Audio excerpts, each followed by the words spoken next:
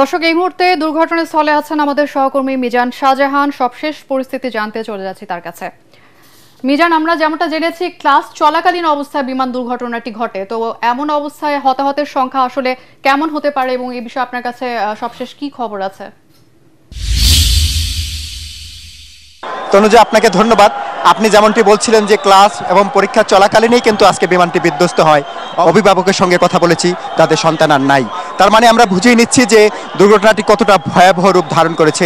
আপনি জানেন যে এরই মধ্যে বিষয়টি নিয়ে এখানে উদ্ধারকারী বাহিনী সর্বোচ্চ চেষ্টা করছে। আমি আপনাকে তনুজা দেখানোর চেষ্টা করছি যে এখানে ঘটনাস্থলে কিভাবে উৎসুক জনতা এখানে ভিড় করেছে। এখানে যেমন অনেকে অতি উৎসাহী দেখতে এসেছে, একই সাথে এখানে অনেকেই রয়েছেন যে যারা তাদের সন্তানরা, তাদের আত্মীয় স্বজন এই মাইলস্টোন স্কুল কলেজে পড়াশোনা করতো, তারা এখানে এসেছেন। আমি এরকম কয়েকজন অভিভাবকের সঙ্গে কথা বলেছি, তারা বলছেন যে তার সন্তানকে সকালে তারা স্কুলে দিয়ে গিয়েছেন, এখনও তারা সন্তানের খোঁজ পাচ্ছেন না। তারা জানেন না তাদের সন্তান কেমন আছেন, কি অবস্থায় আছেন। তবে আমরা যেটা দেখতে পাচ্ছি সেটা হচ্ছে যে এখানে কিছুক্ষণ পরপরই আপনি হয়তো দেখতে পাচ্ছেন এখন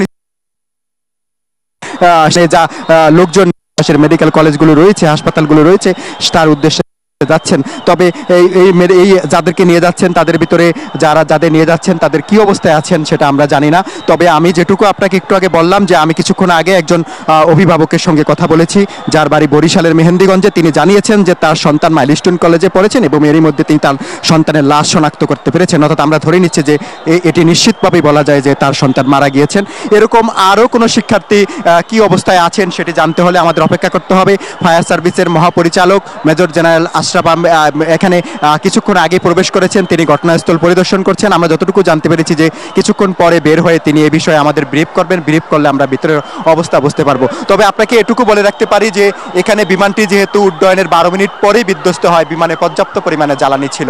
জ্বালানি থাকার কারণে বিমানটি যখন নিচে পড়ে যায় তখন 2-4-5 মিনিটে এটি নিভে যাওয়ার কথা নয়। এবং এই ধরনের জেট ফুয়েল দিয়ে যে সমস্ত বিমান চলে সে সমস্ত বিমানের যে যদি অগ্নি দুর্ঘটনা হয় তাহলে সেটা নেভাতে কত সময় লাগে সেটি আমরা সম্প্রতি ভারতের একটি বিমান দুর্ঘটনায় দেখেছি। এ থেকে বলা যায় যে এটি একটি সময় সাপেক্ষ ব্যাপার এবং যখন উদ্ধার কাজ পুরোপুরি শেষ হবে তখন আপনাকে এই বিষয়ে বিস্তারিত জানাতে পারবো। তবে এখন পর্যন্ত আপনাকে যে বার্তাটি দিয়ে রাখতে চাই, এখানে প্রচুর পরিমাণে রক্তের প্রয়োজন। ঢাকা মেডিকেল কলেজ হাসপাতাল, ঢাকা মেডিকেলের পাশে জাতীয় burn and plastic surgery unit এবং উত্তরায় যে সমস্ত হাসপাতাল রয়েছেন সেখানে অনেক আহতদের ভর্তি করা হয়েছে।